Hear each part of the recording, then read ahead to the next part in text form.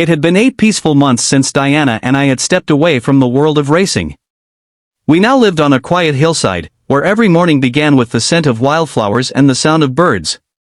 We had no medals here, no roar of engines, just each other. Diana had started painting again, something she hadn't done since she was a teenager. I had taken up fixing old cars for nearby villagers. Life had finally slowed down, and for once, we felt free. But life has a strange way of testing the moments you start to feel safe. The invitation that changed everything. One rainy evening, a letter arrived.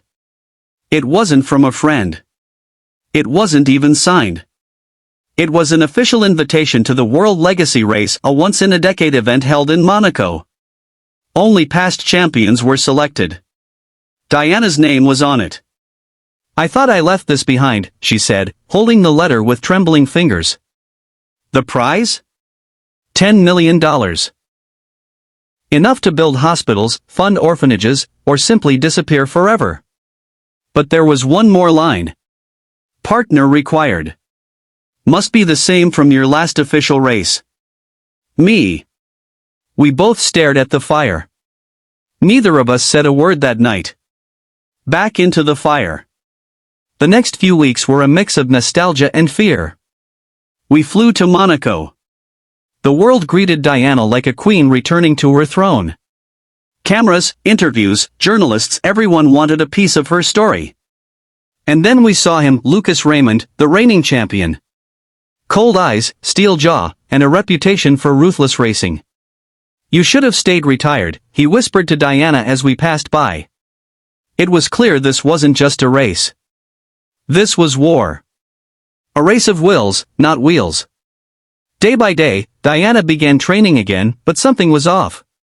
She was distracted, shaky. I caught her crying alone in the pit area once. When I asked, she brushed it off, it's nothing. But then, the night before the race, I found the truth. A medical report.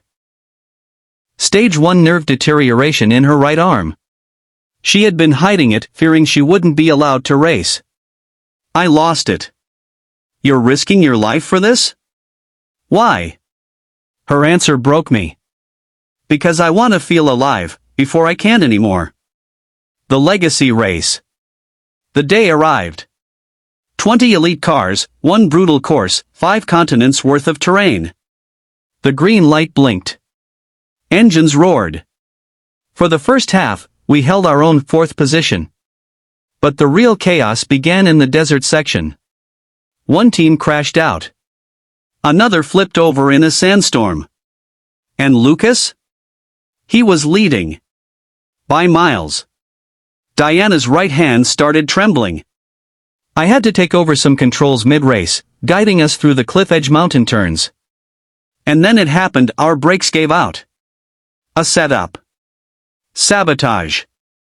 We spun out, off track, barely escaping a 60-foot drop. She hit her head on the dashboard. Blood trickled. I yelled her name over and over. She opened her eyes slowly and whispered. Don't let it end like this. The final push. We found a pit stop. No mechanics would help, too scared of being disqualified. So I fixed the brakes myself, hands shaking, tears blurring my vision. We got back on track, last position. 20 minutes left. And then came the miracle. One by one, other racers lost control. Either they were exhausted or sabotaged too. It became a race of survival. In the final lap, Lucas was just ahead. Diana, despite the pain, pushed the pedal down with her trembling foot. Side by side, we raced down the final straight. Sparks flew. Tires screeched. And in a breathtaking photo finish, we won. By less than 0.4 seconds. The aftermath. We didn't take the prize money. Instead, we donated it to causes Diana had always cared about. Children. Veterans. Broken racers like us. The media called us legends. But we knew better. We weren't legends. We were just 2 broken people who didn't give up on each other. 1 year later. Diana's condition slowed her down. But not her spirit. She wrote a book. Gave talks. Became a voice for those who suffer in silence. As for me? I stayed by her side. Always. Because in the end, the greatest race we ever ran was the one where we chose love over everything else.